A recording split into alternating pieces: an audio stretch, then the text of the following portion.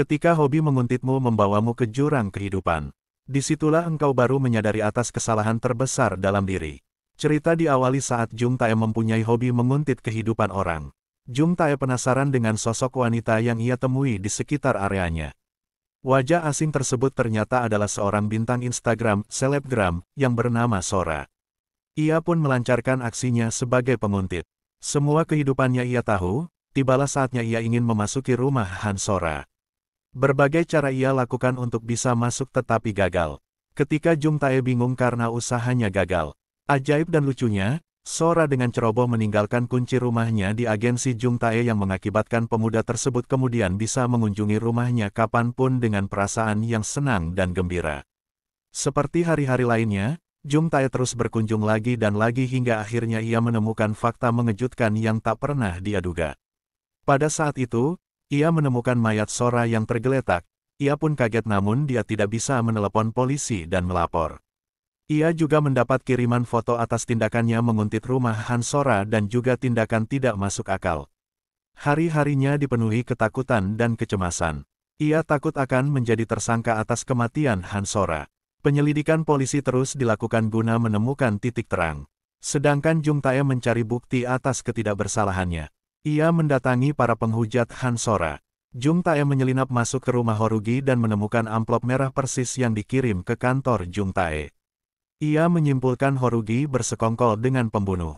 Saat pulang, mendapati dua orang telah menyerangnya di rumahnya sendiri. Ia berhasil kabur menemui detektif Oh dan mengajaknya ke rumahnya untuk penyelidikan. Naasnya di rumah Jung Tae ada seseorang yang tewas dibunuh. Melihat itu Jung Tae syok dengan apa yang terjadi. Detektif Oh menemukan amplop merah yang berisi foto Jung Tae menyelinap masuk ke rumah Han Sora. Polisi menjadi curiga dan ingin memborgol Jung Tae. Jung Tae yang tidak terima karena fitnah, berontak dan berhasil kabur. Ia sangat kebingungan dengan apa yang terjadi. Tak segan ia juga menyerang Horugi. Setelah perkelahian, terjawab sudah jika amplop merah itu adalah milik Han Sora. Cerita kembali ke awal sebelum terjadi pembunuhan. Han Sora merasa kehidupannya telah disusupi oleh pria asing. Sora menjadi tidak nyaman karena takut kedoknya terbongkar. Sora membuat rencana pembunuhan untuk menjebak Jung Tae. Ia melakukan aksi pembunuhan fiktif di rumahnya sendiri supaya diketahui Jung Tae. Ia ingin menjadikan Jung Tae sebagai tersangka atas kematiannya. Tidak hanya itu saja Sora juga melakukan pembunuhan di rumah Jung Tae. Ia ingin membalas dendam kepada Jung Tae hingga kematiannya. Sora pun tak habis akal ia terus melancarkan aksinya. Jung Tae pun dijebak oleh Sora di sebuah rumah di mana Sora pura-pura menjadi korban penculikan. Saat polisi tiba Jung Tae tak berkutik.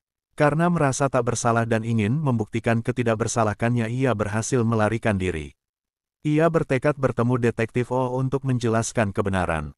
Hari itu Sora pulang dari rumah sakit ditemani detektif Oh. Sampainya di tempat ia menemukan amplop merah yang berisi foto pembunuhan.